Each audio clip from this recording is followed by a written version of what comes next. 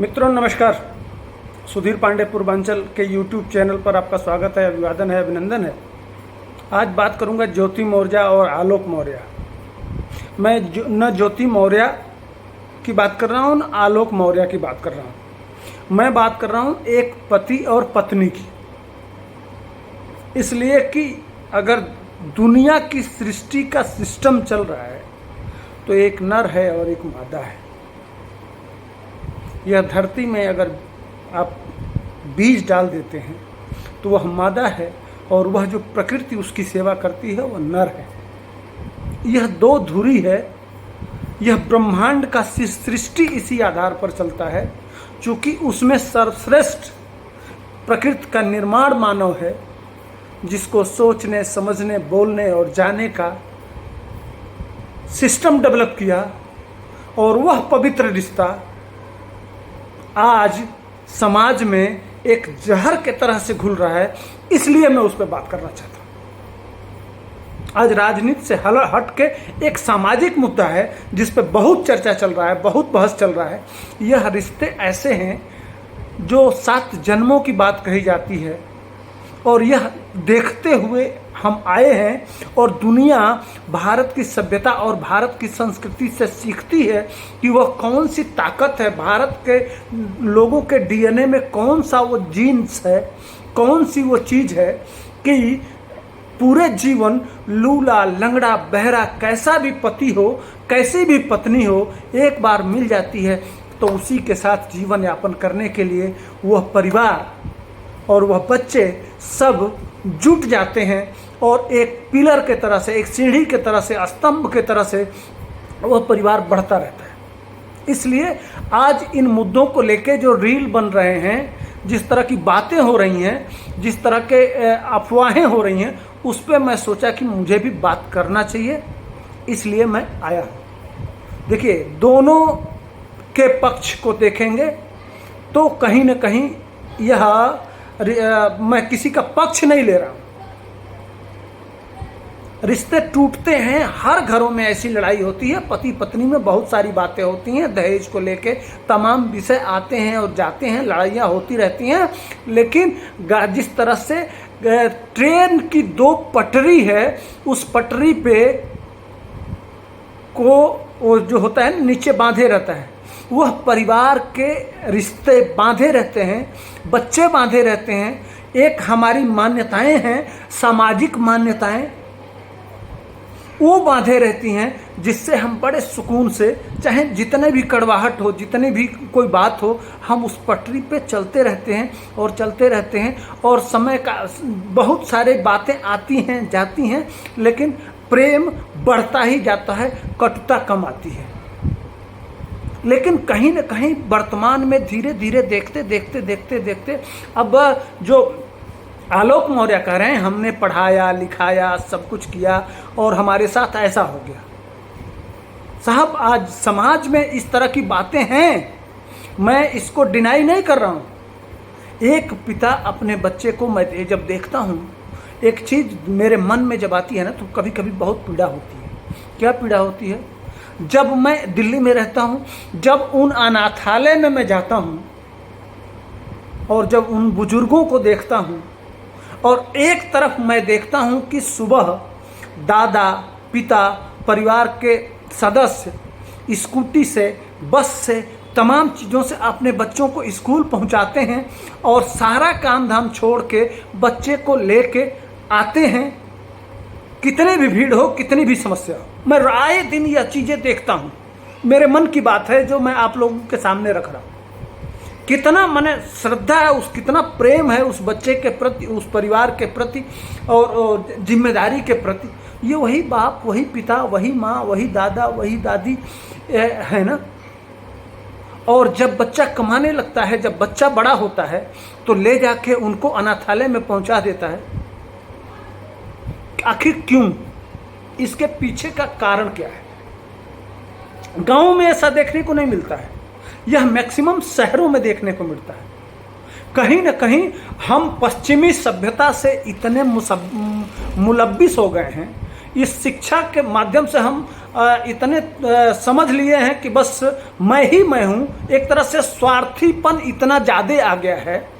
जो संस्कार था भारतीय सभ्यता और संस्कृति में, जो हमारे सनातन में, जो इसको धर्म से जोड़ के कि पति ही सब कुछ है, जीवन में अगर भविष्य में सुरक्षित रहना है तो हमें हमारे धार्मिक मान्यताओं को लेके चलना पड़ेगा। इसीलिए कि भगवान से भी पति ऊपर होता है। अगर पत्नी सही ढंग से पति की सेवा कर रही है तो ईश्वर को भी अपने छोटे बच्चे की तरह से ब्रह्मा विष्णु महेश को एक पालने में रख सकती है। अनसुईया, ये हमारे शास्त्र ज्ञान, हमारे शास्त्र और वैदिक परंपरा और ज्ञान हमारे सनातन में बताया गया है। ये ताकत है। हमारे तमाम किताबों में यह लिखा गया है कि पति अगर सतीव्रता है तो उसके पति का कुछ बिगड़ नहीं सकता। मेघनाथ से लेके तमाम जो दैत्य राज थे, उनकी पत्नियां जो सतीत्व लेके चलती थी, उनके सामने ईश्वर को भी झुक जाना पड़ता था, ईश्वर को छल प्रपंच करना पड़ता था। इस तरह का ज्ञान हमारे वहाँ, इस तरह की मात्र शक्ति थी। और उस शक्ति का यह परिणाम था कि हमारे वहाँ सती हो जाने तक की प्रथा थी कि पति नहीं है तो मेरे जीवन का कोई मूल्य नहीं है। यह भी हमको देखने को मिलता है। यह हमारे सनातन संस्कृति में था। जब से हम ये एक समाज का एक वर्ग है जो यह लगातार हमारे धार्मिक मान्यताओं, हमारे संस्कारों, हमारे कल्चर को के ऊपर इतना प्रहार हो रहा है कि हम उससे उठ के और पश्चिमी सभ्यता को इस तरह से अपना लिए हैं, इस तरह से अपने आप को उसमें समा लिए हैं कि हमें यह रिश्ते, यह संबंध, यह परंपराएं, वह मान्यताएं बहुत दूर दिखाई देने लगती हैं, जिसका दुष्परिणाम आए दिन रोज गांवों से लेके शहरों तक कहीं बच्चियां भाग रही हैं, कहीं पति पत्नी के बीच में हो रहा है, कहीं पिता पुत्र के बीच में हो रहा है, कहीं यह पारिवारिक विघटन का सबसे बड़ा कारण हम जो पश्चिमी सभ्यता, वहाँ तो आज भी सारे लावारिस बच्चे मिलते हैं। 18 साल के बाद पिता और माता की जिम्मेदारी ही छूट जाती है। मैक्सिमम हर 10 में 3 बच्चे, इस पश्चिमी सभ्यता, जिस सभ्यता की बात कर रहे हैं आप लोग, उस सभ्यता में हर 10 में 4 बच्चे लावारिस होते हैं, जिनके माता पिता का पता ही नहीं होता है। वह अनाथालय में पाले जाते हैं। क्या उसी तरह की भारत की संस्कृति बनाना चाहते हैं आप लोग? दोनों दोषी हैं। हमें फिक्र है उन दोनों बच्चों की। अगर आलोक मौर्य इतने भी अच्छे हैं तो जाओ, तुम जानो। तो आपको 2 बच्चियां मिली है ना, उनका भविष्य, सारी जिम्मेदारी बच्चों की होती, बच्चों के प्रति होना चाहिए ना। आलोक मौर्य को भी देखना चाहिए कि आज जिस तरह से वह उसके माँ के ऊपर हो, ठीक है, आप इसको बैठ के और जिस तरह से वो बात कर रहे हैं सोशल मीडिया में, जिस तरह से बातें आ रही हैं, क्या आप सिर्फ वो करने के लिए, लाभ लेने के लिए उसके साथ आप शादी किए थे? आपकी जिम्मेदारी जो 2 आपके बच्चे, आपके पीछे जो आपका रज बिरज है ना, वह बच्चे जब स्कूल में जाएंगे तो उनके बारे में क्या सोचा जाएगा? क्या वह समाज को मुंह दिखा पाएंगे? आप लोग क्या बताना चाहते हैं? ना तो वह ज्योति मौर्य इस चीज को समझ रही हैं और ना आलोक मौर्य। लेकिन वह बच्चे कल जब उनकी शादी होगी, वह बड़े होंगे, उनको आप क्या दे रहे हैं? समाज में यह मैसेज देने के लिए मैं कहा हूं कि अगर किसी के परिवार में इस तरह की बात होती भी है तो आपको सबसे पहले उन दो नौनिहाल है जिनके मार्कशीट पे आप दोनों लोगों का नाम लिखा हुआ है, उनके भविष्य के बारे में आपने सोचा? उनकी गलती क्या है? आप लोगों को स्वार्थ होगा, धन का होगा। आप वो कहा जा रहा है कि उनके झूठ बोल के शादी किया गया, हो सकता है, लेकिन शादी झूठ बोल के कहा गया, 2 बच्चे हो गए, इतने साल से आपको पढ़ाता रहा, तब आपको दिक्कत नहीं आई ज्योति जी, और आज आपको वो झूठ बोल के कह रहा है, दोनों पक्ष को कह रहा है। और आज आप जिस तरह से मीडिया में इसको हाइप कर रहे हैं और सारा व्हाट्सएप चैट दिखा रहे हैं और सब कुछ कर रहे हैं, सामना करना चाहिए कोर्ट से।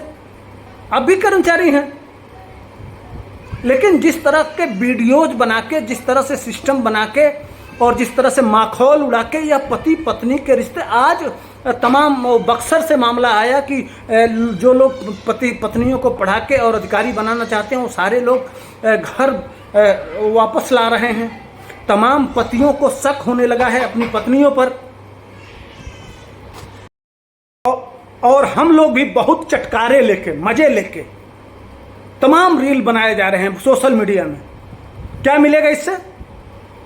किसी को दोषी कोई बना दे, किसी को दोषी कोई बना दे, लेकिन यह पवित्र रिश्ते को रिश्ता ही रहने दीजिए आप लोग। समाज में जिस तरह का वातावरण फैल रहा है, जिस तरह से गंदगी फैल रही है, जो हमारी, आपको बताऊं कि जापान, दुनिया की जो बड़ी ताकतें हैं वो सीखने आती हैं भारत में कि आखिर वो कौन सी ताकत है जो ये रिश्ते को इतना मजबूती से पकड़ के रखती थी, हमेशा पिलर के तरह से काम करती थी। उस लोग सीखने आते हैं।